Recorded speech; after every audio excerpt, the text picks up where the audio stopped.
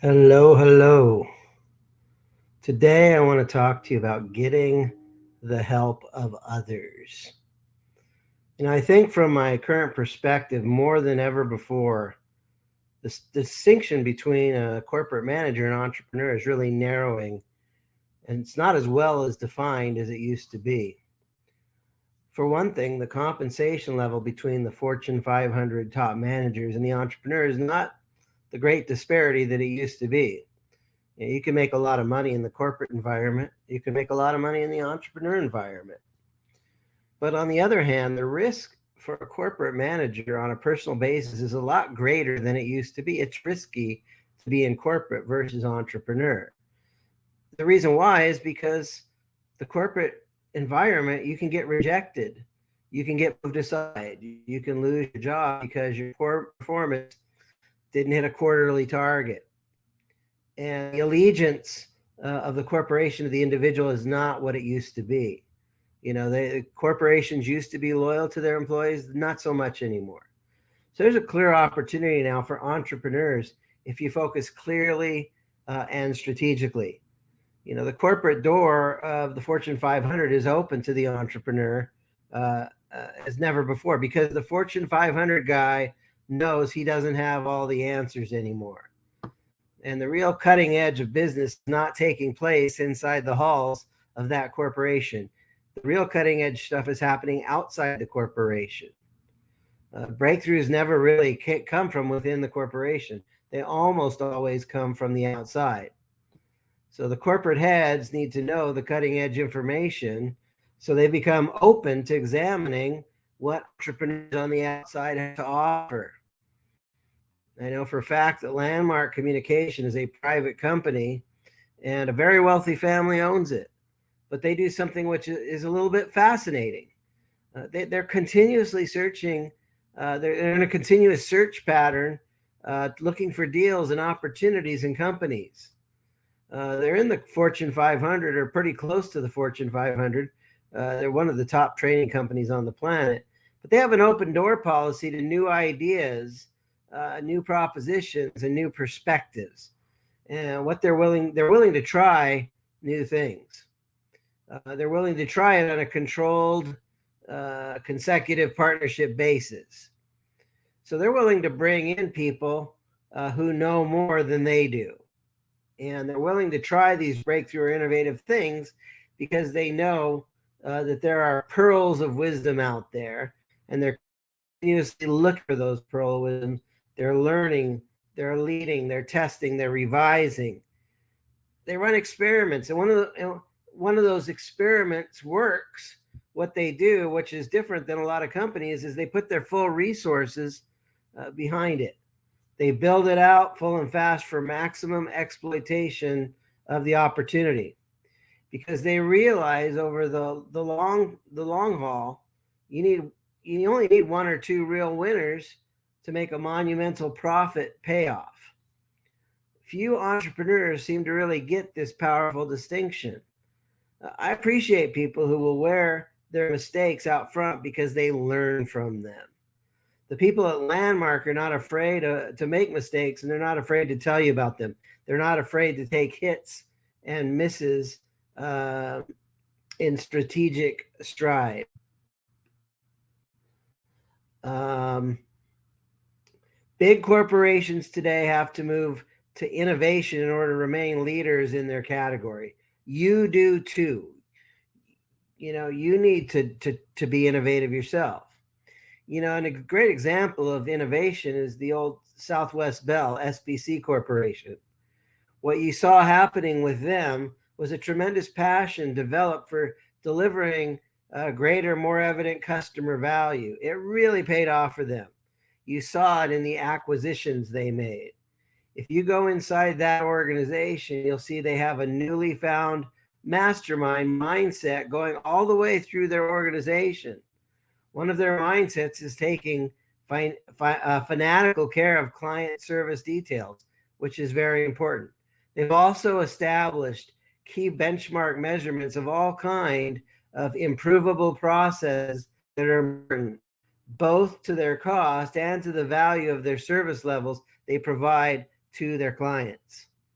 And they apply all kinds of statistically measured techniques for process improvement. They're improving everything, all the way from their network reliability to their user service and installation process, right up to their sales processes, both telephone and all the other media they're involved with. They're a company I feel really is, or at least was, doing it right.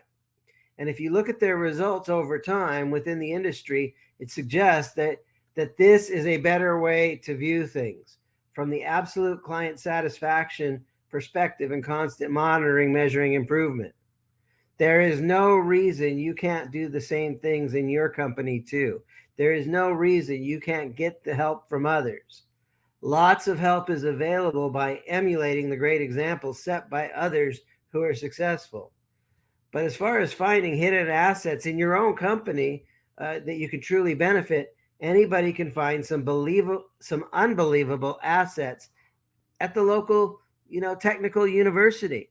You can't believe what goes on in the labs and research departments of universities that is very powerful, incredibly profitable, incredibly usable, and almost nobody ever takes advantage of it. Whatever you do, whatever business or industry you're into, whether it's radio stations or manufacturing or coaching, there's a technical university somewhere that deals with it. And it's right now, this very moment, working on breakthroughs that you can borrow and use in your own business. Inside that university somewhere, there's a graduate student, a PhD student, a professor who's working on some kind of breakthrough or cutting edge stuff that could be awfully valuable to you and your business and your preemptive positioning. But you have to find the people that can help you, because they may never find their way out of the lab, and the potential payoff to your business may never be realized otherwise.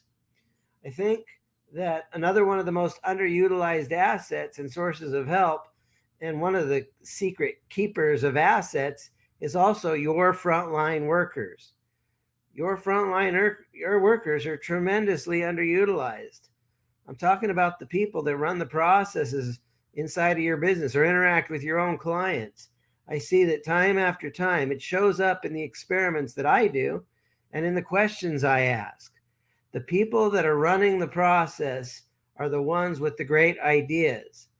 They have all the knowledge and answers if you only pose the right questions to them. Another important maximizer I would add is the idea of recognizing, identifying, revering, latching onto, and showing ultimate loyalty to a mentor or many mentors. Mentors are the absolute key to success today for almost any entrepreneur. You cannot do it alone. Let me repeat that. You cannot do it alone. You shouldn't try and do it with just somebody inside your business, maybe not even just inside your industry either. Every one of us has had mentors before in our life. It could be a third grade teacher who identified your skill in language and turned you into a great writer or speaker or leader. It could be one of your high school football coaches or swimming coaches who taught you the meaning of teamwork.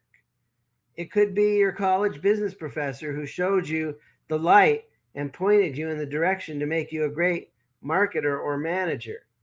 It could be your first boss, somebody you met along the way in business.